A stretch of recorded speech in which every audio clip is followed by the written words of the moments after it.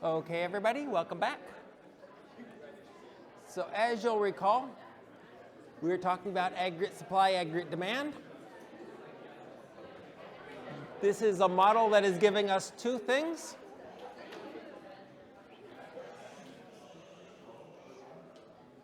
It is giving us, first of all, a connection between what's going on in the markets and this potential output.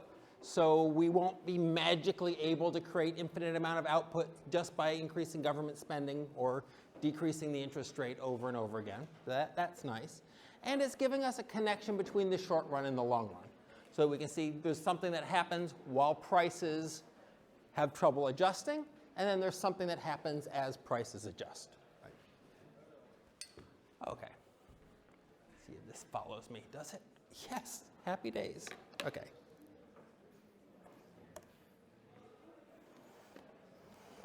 Okay.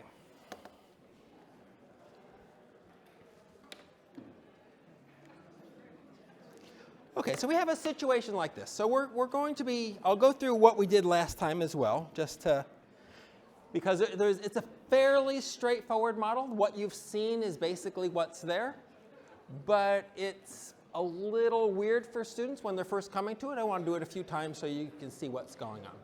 Okay. So let's start out. Right, we've got inflation, and we've got output, and we've got long-run aggregate supply, and we've got aggregate demand. And suppose that's the situation, okay? And then we know nothing else, and we say, well, what is it likely? Because remember, short-run aggregate supply depends very much on what people expect inflation to be. Right? If people expect inflation to be high, they will set high wages, and short-run aggregate supply will be high as well. If people expect inflation to be low, they will set low wage increases, and therefore short-run aggregate supply will be low as well. Okay. So this is where we think aggregate demand is going to be. Let's call it expected aggregate demand. So we would naturally expect inflation to be this amount. Expected inflation 1. Okay. And given that, that would give us a short-run aggregate supply.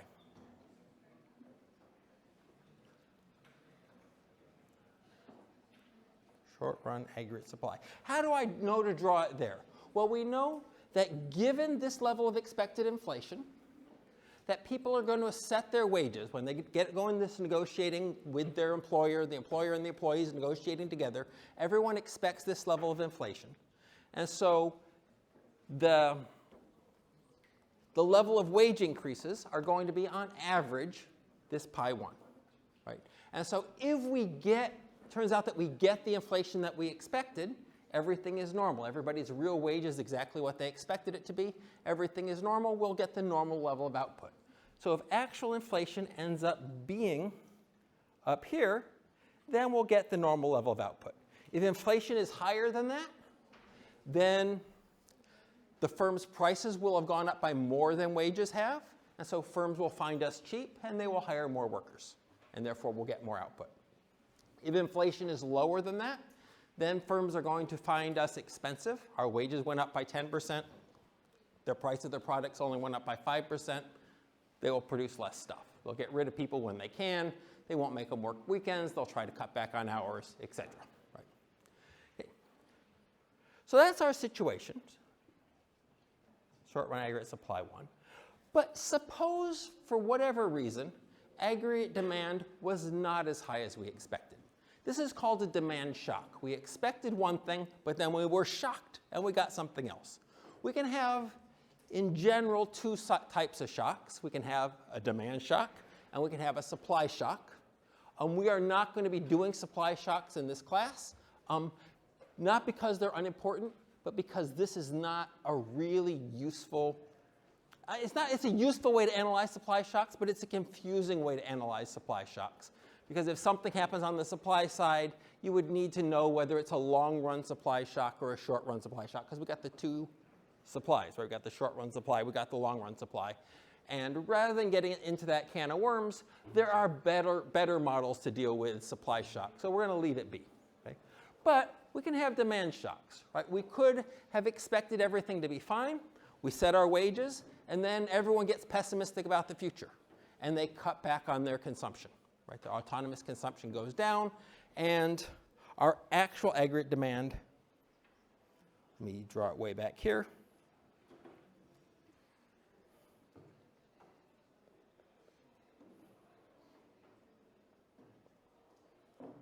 So this one was our expected one, but this is what actually happens. That is, it shifts to the left. Right? It's farther left than we expected. Right? So what does this mean?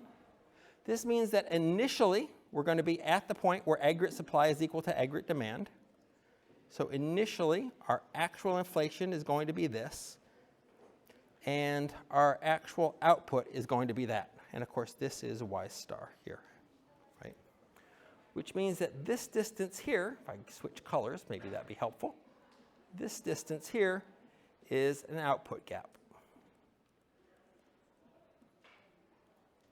We have a recession. Our output is below potential output.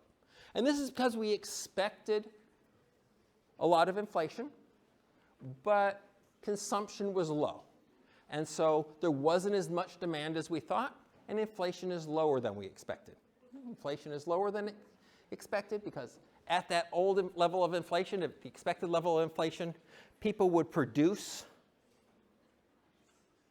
aggregate supply, people would produce Y star, but the actual purchases would be much less. And so there would be a shortage, there would be oversupply, an excess supply of goods, and so the prices will be driven down, right, until we get to Y1. And so that's our prediction in the short run. Okay? And it's coming about because we predicted aggregate demand incorrectly. We had this demand shock. We expected one thing, and then we're shocked and got something else. Okay? And this can come from lots of reasons, right? You can think, we expected consumption to be high, but people got pessimistic about the future. Autonomous consumption went down. We expected a certain government budget, but it turns out they didn't spend as much as we thought they would. Right? We expected foreigners to like our goods, but foreigners stopped liking our goods. Lots and lots of reasons why aggregate demand could be less than we expected initially. Okay. So there we go.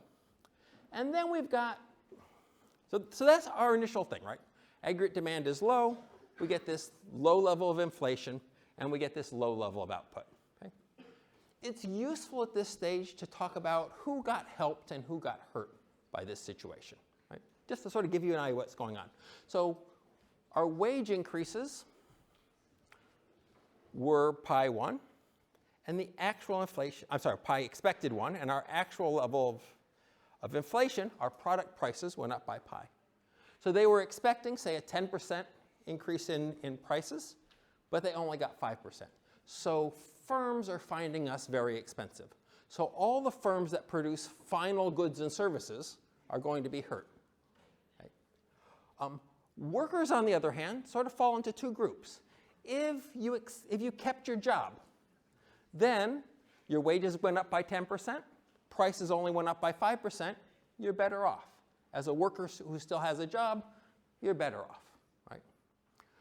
But some workers are likely to have lost their jobs because, of course, output went down. That's likely to be the case that some workers lost their job, right?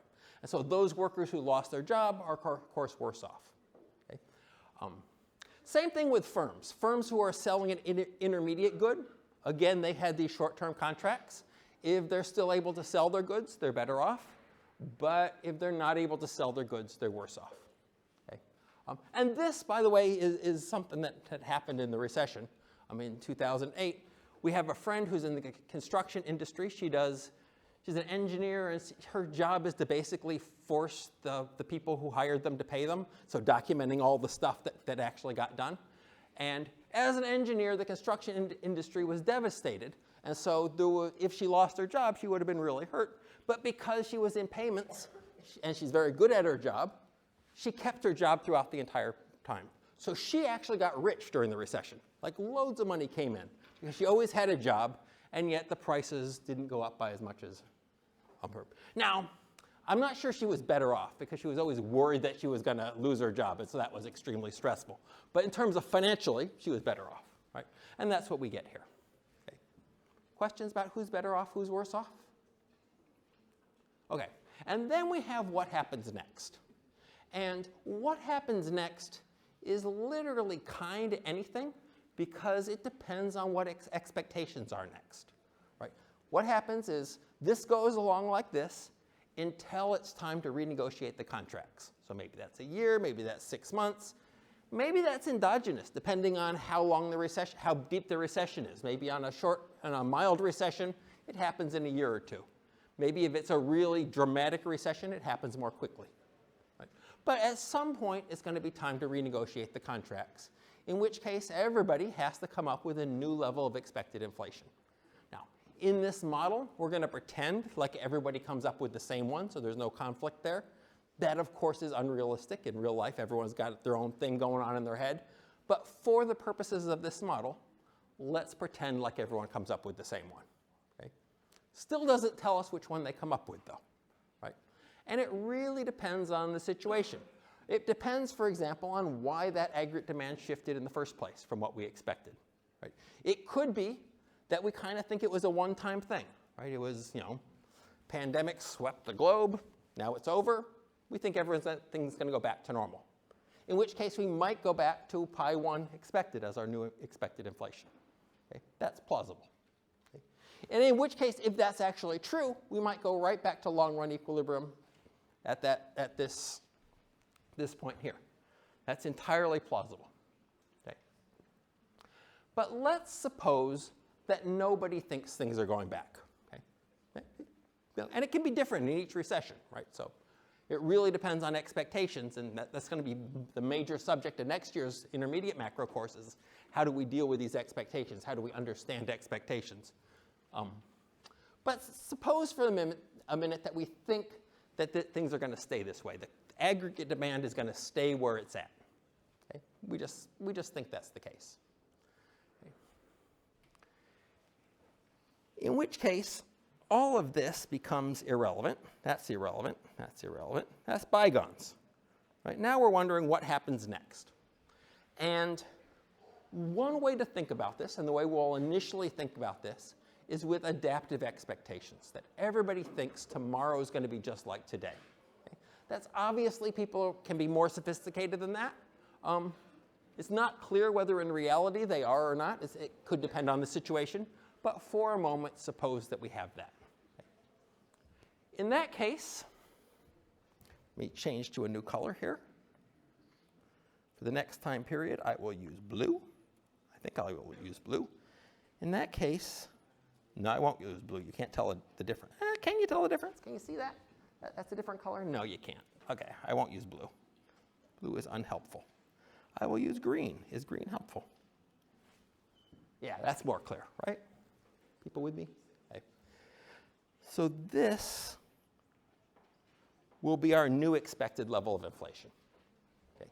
And this is just by assumption. We're assuming we have these adaptive expectations. We're assuming that people's expectations of tomorrow are exactly what happened today.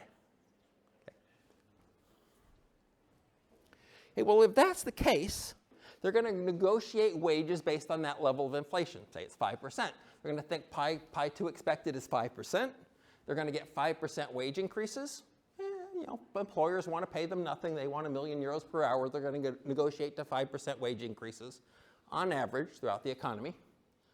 And so with 5% wage increases, if actual inflation is equal to 5%, then everything's normal. So we're going to have a new aggregate supply curve, short-run aggregate supply curve, that crosses here. If we get the inflation we expected, we get the normal level of output. And it will be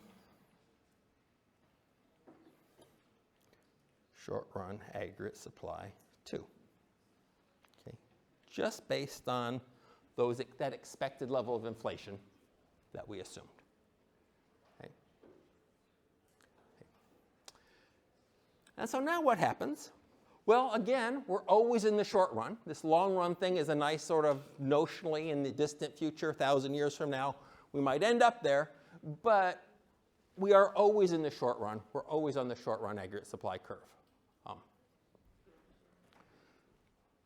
Keynes very famously said, they said, okay, your model is a very short run model. And what happens in the long run? And he said, well, in the long run, we're all dead. So it's a little irrelevant in his view. Well, it depends on how long it takes to get there, right? Maybe we're all dead. Maybe it's just Tuesday. It's hard to know. And he was, he was like psychic because he is dead now. So he's got a point. Okay, so there we are. We're going to be at the point where we have the intersection of short-run aggregate supply and aggregate demand. And yeah, that's very sad. That's very sad. Let's be more careful.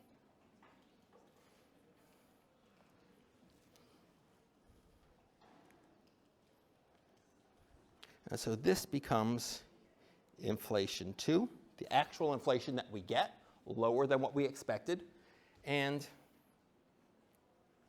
output becomes Y2. So output goes up, and inflation goes down. Right? But we still have a recession. Our recession is less than it was before, less dramatic. Inflation is less than it was before, but we still have an output gap. Output is still less than potential output.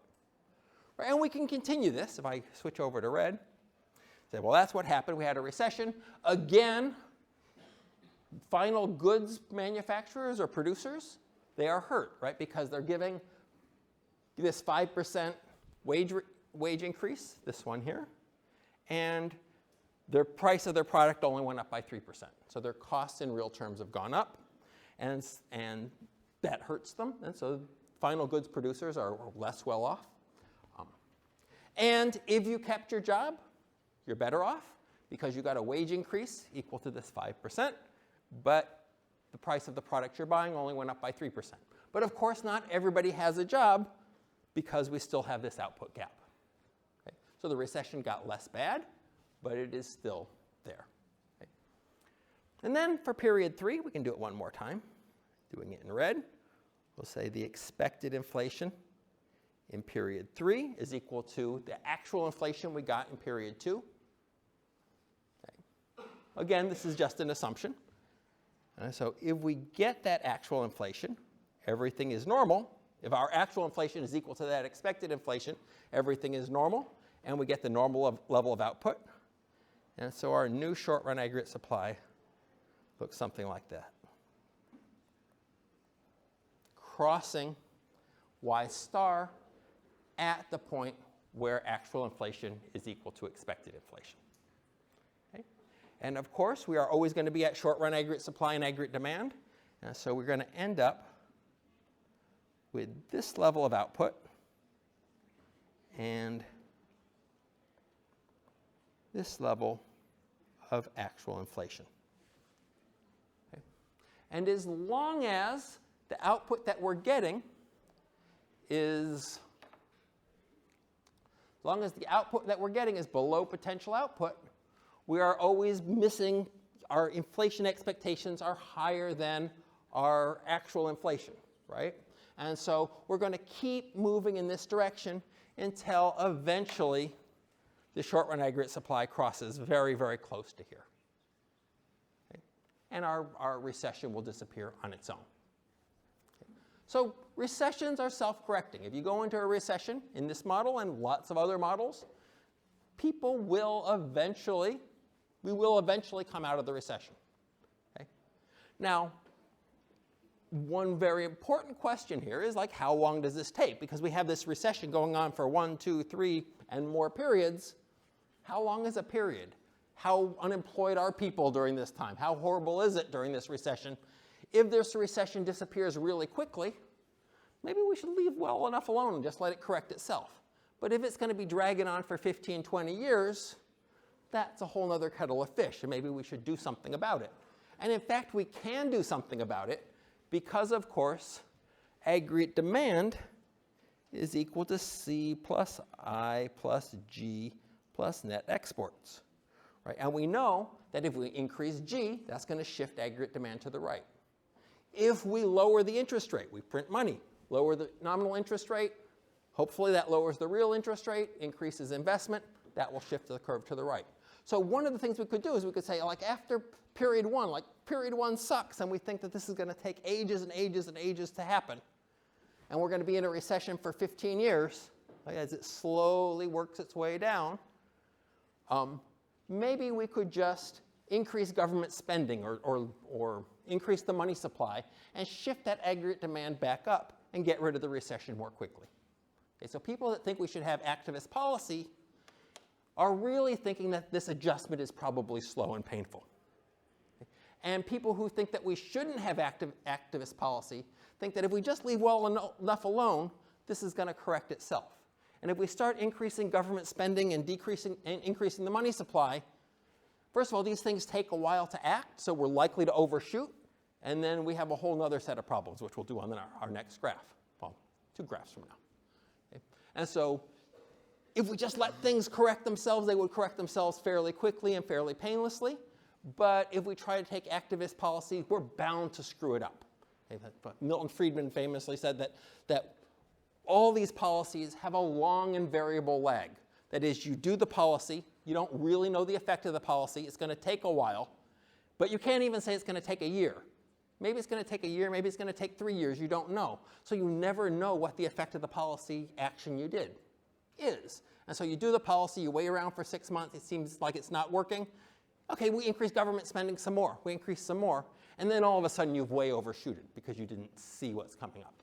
And so this is really, I mean, it gets more sophisticated, but this is really, you can see fundamentally, the big schism in macroeconomics in terms of policy. Okay? In terms of methodology and stuff, it's not as big a schism as you would think, but in terms of policy, the big schism is based on how quickly do we think this kind of thing happens. Okay? If we think it's fast, fine, leave well enough alone. If we think it's slow, we might want to do something about it. Okay? Now, Keynes thought it was very slow. And the particular reason he thought it was slow is that this kind of adjustment of prices, he was not talking in terms of inflation, he was talking in terms of prices itself, lowering wages quite painful. Particularly if these levels of inflation are near zero, getting them down even farther, that means people taking a wage cut, right? That's problematic. Right? But that's sort of the big set of debates. Now, there's another way you can think about this, and that is instead of doing adaptive expectations like we had here, let's do what's the name of it? Rational expectations. So let me do another page just like this. I'm going to try to draw the same thing. Here we got y star, long run aggregate supply, inflation, aggregate demand, not drawing the initial expected aggregate demand this time, and short run aggregate supply 1.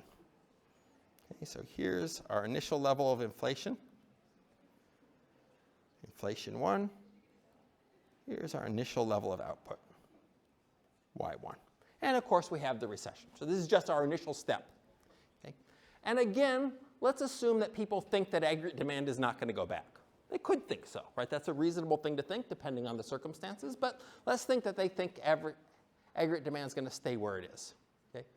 What we saw in all of this so far, right, we had at each time, like at this initial step, this was the inflation, then they expected inflation 2 to be the same, and then it wasn't. And then they expected 3 to be the same, but it wasn't. And they expected 4 to be the same, but it wasn't. And each time they're getting fooled there, right? They're really, they're being systematically tricked. And in particular, the employers are getting systematically tricked, right? They're thinking, honestly, I think this 10% is going to be the inflation next year, but it actually turns out to 5%, right? And they lose a lot of money on that because they're paying their workers a lot, but the price of their product only goes up a little bit, right? And there's a sort of a systematic nature to this, that they get tricked over and over and over and over again. And one of the arguments, and this was like a big revolution in macroeconomics, is that really we're like claiming that we are smarter than them. We are smarter than people who actually know their business or actually running a factory or a McDonald's or whatever it is they do. We know more about this than them because we are so clever. Honestly, we're gods, but they're idiots. And that doesn't seem right? We have a model where our prediction of our model really says that people are going to get tricked over and over and over and over again. And that doesn't seem like a particularly, like if they're losing money so much over and over and over again and in a systematic way, probably they could cop on about that. Okay? And so sort of the opposite extreme of that, and we all know in real life people make mistakes, and people make mistakes in systematic ways. Right? You've met people. You've met yourself. We all make mistakes, and we all make it in a sort of a systematic way. So it's not like shocking that that happens, but it is kind of a weird way to base your predictions of the world. I predict all employers are going to be idiots in recessions, is what we said, right? And that, maybe they are, but it is kind of weird that our whole model is based around that. So sort of the opposite extreme is to say we have rational expectations. And that is to say that everybody in the economy knows as much as we do, the economists. Okay? They're not stupider than us. They know at least as much about how the world works and their business works as we do. And they're going to use all the information from the model to make their prediction about tomorrow's exchange rate, inflation rates. Okay, so they know the model. They know how the world works. So our model is our little simplified version of how does this world work. And they know how the world works, so they know everything that we know about how the world works. And we think in our genius little hearts that this little model is how the world works. And so they know that as well. Okay? And we're not going to make us smarter than them. Okay? They know as much about the world as we do, which means they can look at this same graph. And they say, well, if I pick any inflation rate, right? If I pick this inflation rate, and I expect that to be the inflation rate, then we're going to have a short-run aggregate supply that looks like that. And actual inflation will be less than what I expected. And so I'm going to get screwed as an employer. Right? So why would I expect that inflation rate when I know if I expect that inflation rate, we're all going to get screwed? Well, I am as an employer. Right? And so I'm not going to expect that level of inflation rate. I'm instead, I can get rid of this, going to look for an inflation rate where what I get is exactly equal to what I expect. Okay. So I'm not systematically tricked. And the only one that satisfies that, if I can, is this one.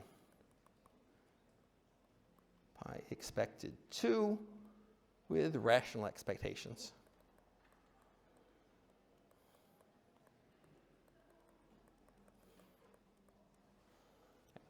And I immediately jumped there because anything higher, even though we had pi 1 today, that pi 1 is inconsistent with me getting what I expected because they know the model too. And so I'm just going to jump right to an expectation where I'm going to get what I expected. Assuming there's no more shocks to the economy and everything's behaving predictably, I'm going to jump right away to the ideal, not the ideal, but the inflation expectations where I get what I expected. So given that, we get short-run aggregate supply 2, again with rational expectations. And the inflation that we get is just equal to what we expected, and Y2 is equal to potential output. Okay, so in this story, the recession disappears after one period. Right? We had a recession because we mispredicted aggregate demand. Things happen, shocks happen. Surprises happen in real life, but we adapt to those really quick. Adapt is the wrong word. We include that new information in our expectations really quickly, and we don't make systematic errors unless there's some unforeseen thing that happens. But given that we know that aggregate demand is now down, nothing is unforeseen, and we're going to jump to the long-run aggregate supply right away. Okay? Our short-run aggregate supply is going to shift down until this is our equilibrium right away. And in this story, the recession disappears after one period. Now, again, one period is however long it is that these short-run contracts last. So maybe it's 6 months, maybe it's 2 years, who can say? It'll be different in each economy, it'll be different in each recession, but it'll happen very quickly. Okay. So, and there was a time in the 70s and a bit the early 80s, where there was some debate about this rational expectation things. But the adaptive expectations people have more or less lost that debate. The rational expectations have more or less won. We're all believing in rational expectations today. Which is not quite true. We don't actually necessarily believe it, but as a way of constructing a model, it has taken over. So if you were doing policy, you might say, you know, people can be idiots.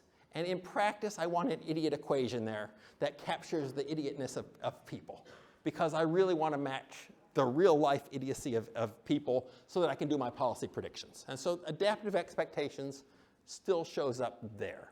But if you're trying to create a model that's really, we're trying to understand the world, if you assume anything other than rational expectations, you can kind of get whatever you want. Just, you know, like I was saying at the beginning, well, maybe aggregate demand shifts back. Maybe we expect that. People can expect whatever the heck they want. So whatever result I want out of the model, I can easily get it just by saying, well, people expect this, and therefore we get that.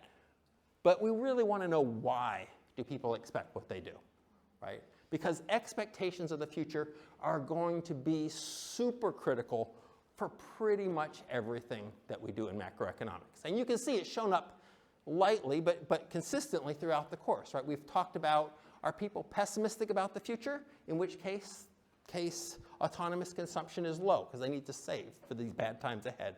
Are they optimistic about the future? Then autonomous consumption is high because they don't have to worry about the future. They're getting a promotion anyway. And so that's expectations about the future. Clearly, investment is that way, right? Do people think there are going to be jobs for economists or not? If there are, people will show up to my class, maybe. Or if they think that there's not going to be any jobs for economists, nobody's going to, well, a few people will be interested. But by and large, a lot of the customers would disappear, right?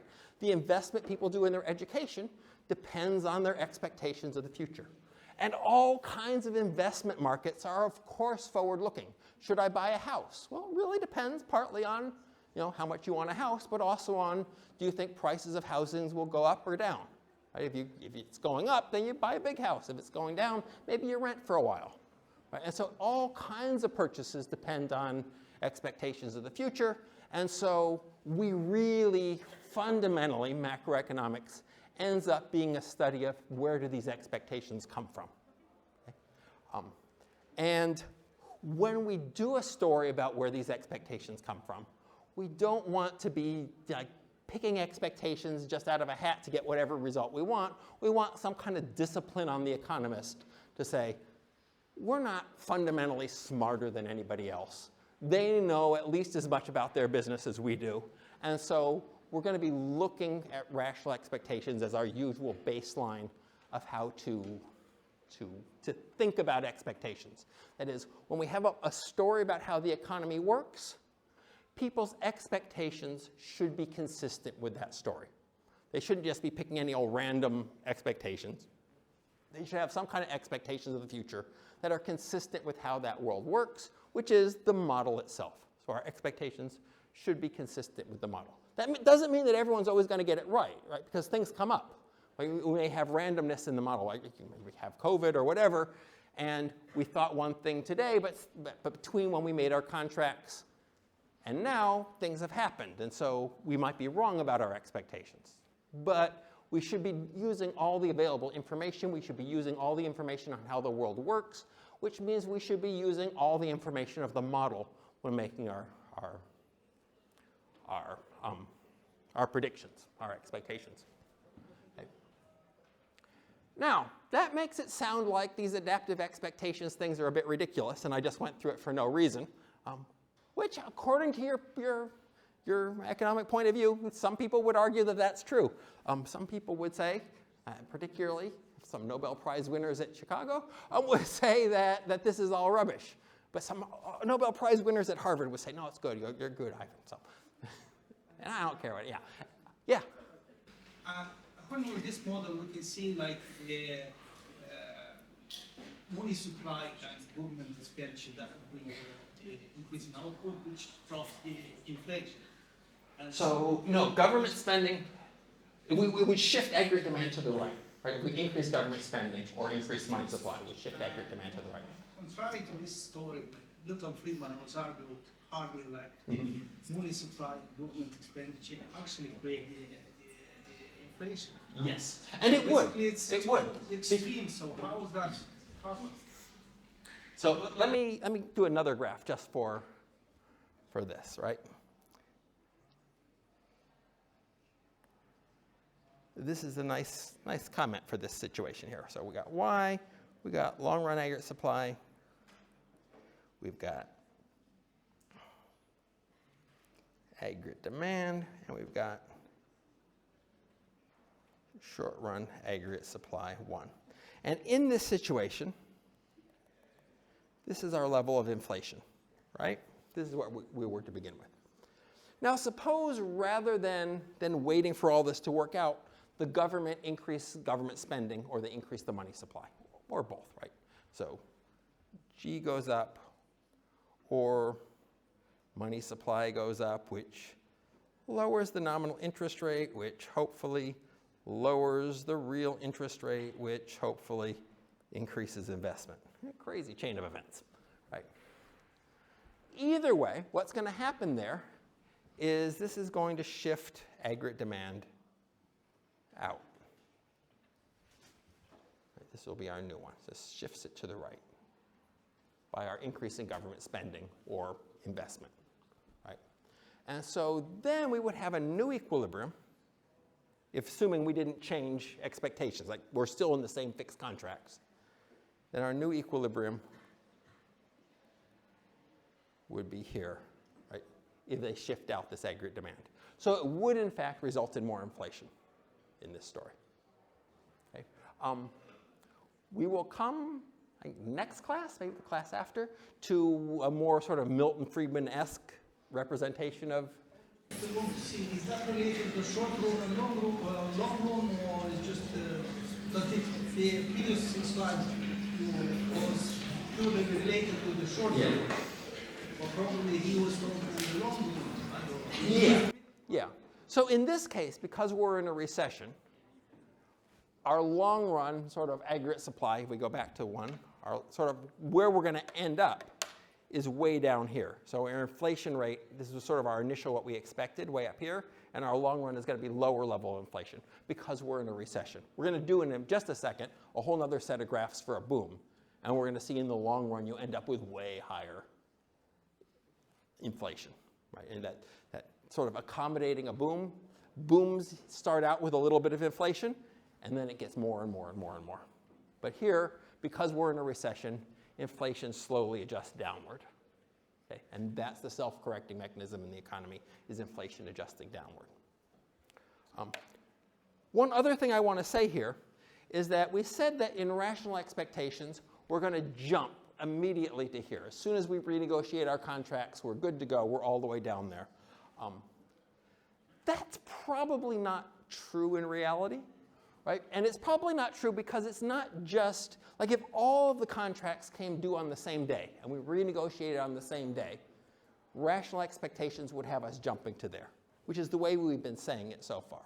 But in fact, in real life, there's thousands, millions of contracts throughout the economy, right? Every worker's got a contract, every supplier's got a contract with the person they're selling to, the suppliers to SuperValue have a contract, everyone's got different contracts, and they're all going to get renegotiated at different times, right? And so if I'm the only one renegotiating my contract, I'm not really going to change your short-run aggregate supply much in and of myself.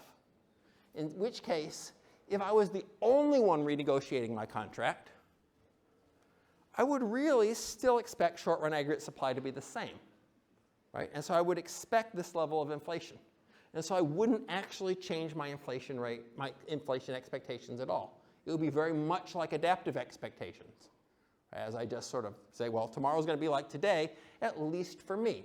And then slowly, as these staggered contracts came due, people would adjust their expectations downward. So even with rational expectations, you can get stuff that looks very much like this, that we're slowly adjusting our expectations downward because no one firm or one worker or one group of workers really can jump all the way to the end. Okay? And so this adaptive expectations kind of argument it's still kind of around. Now, a more sophisticated model would take that into account, and we have all kinds of models that look at sort of staggered contracts and how they work, but it comes out looking fairly similar to this, and you end up with sort of, you work your way down towards the long-run equilibrium. Okay, so what happens if we're in a boom instead? And this is where we get the accelerating inflation. Okay. So let's start out. We got a similar sort of thing. We got y. Here I'm going to put y star here. So it's kind of on the left-hand side. There's no significance to that. It's just that I want space off to the right to do my thing. Right? So it's just to create space because we have a limited size of this thing. And we have, suppose we've got aggregate demand up here. And we've got short run aggregate supply 1 here. So it must have been the case that we thought aggregate demand was, that's not helpful. We thought aggregate demand was aggregate demand expected, but it ended up out here. Right, we thought it was going to be this aggregate demand, so when we set our inflation expectations, that was our initial level of inflation expectations. And so pi 1 expected. That was our short-run aggregate supply, where if we got what we expected, we would get normal level of output. But in fact, it didn't turn out that way. So, for example, people became optimistic about the future. They started buying loads of stuff because they didn't have to worry about the future. Or firms got optimistic about the future, started building loads of office buildings for no reason in Dublin. And then there's office buildings everywhere. And so aggregate demand is higher than what we expected when we set our expectations. Get rid of that. Okay, so what's going to happen then? Well, let's do the same adaptive expectations story. Right, so what we have initially is we've got, this is our actual level of inflation, and which is higher than expected, and this is our actual level of output. And this we have an output gap. And this is a boom. Right? Output is higher than potential output. Everyone's being asked to work weekends. Everyone's working overtime. Lots of stuff. People that would otherwise be unemployed have a job. That's great for them. Inflation expectations are low, but the actual inflation is high. So the first thing we want to do is say who gets helped and who gets hurt by this. Right? Well, let's say this is 5% and this is 10%, just to sort of have figures. Right? So everyone expected 5% inflation. They got 5% wage increases, but actual inflation was 10%. Right? So if you're a firm, this is great because you paid your workers an extra 5%, but the price of your product went up by 10%. So firms are delighted. Like, lovely. Or at least output. The firms that produce final output are delighted. Okay? Anyone who is on the contract, though, got kind of screwed because they got a 5% wage increase, but the inflation is 10%. So all their expenses, all their rent, all their food went up by 10%, but their wages only went up by 5%. So if you had a job to begin with, you are getting less in real terms than you thought when you made your contract. So as a worker, you're getting screwed. Okay? Now, some workers might have been unemployed before, and now they have a job. So maybe some workers are better off. Just like before, we had the workers were better off, but some workers might have gotten fired and they're worse off. Right? Here we have the workers that would have had a job either way are definitely worse off, but there may be some that got hired that otherwise wouldn't have gotten hired. So that's good for them. Okay. And then we have to say, well, what is expected inflation in the next period? And again, we have the same sort of thing. Do we think aggregate demand is going to go back down on its own? In which case, we can keep the same expected level of inflation. And in fact, government can make this happen, right? They can reduce government spending and bring aggregate demand back where it was. They can reduce the money supply, increasing the interest rate, increasing the real interest rate, reducing investment, and bring aggregate demand back where it was. Right? So one thing that we could do is we could take activist policy and try to shift aggregate demand back. Okay? Well, why do we do that? Output's high. It's great. But remember, output isn't the goal. The happy populace is the goal. And maybe this is too much output. But it also, if we leave well enough alone, we are going to end up with inflation. And that's the point of this next bit. Right? So suppose we leave well enough alone. Then we get, in the next period, we get expected inflation 2 is equal to today's inflation. Again, we are thinking that we have adaptive expectations here. So our wage increase is now 10% when we renegotiate the contracts. And so if everything is normal and we get 10% inflation, we're going to have the potential level of output, normal level of output, and we get short-run aggregate supply 2. Right. And so now, in the next period, in period 2, this is Y2, so output has gone down closer to the normal level of output, and inflation has gone up. The actual inflation is now, say, 13%. So here, people's expectations of inflation went up, their wages went up, but then inflation went up even more. Okay? And so we see inflation is accelerating. And we can do the same thing, again in red, and say this is expected inflation in period 3. Well, that's backwards, period 3, like so. In which case, this becomes a new short-run aggregate supply in period 3. This becomes the output in period 3.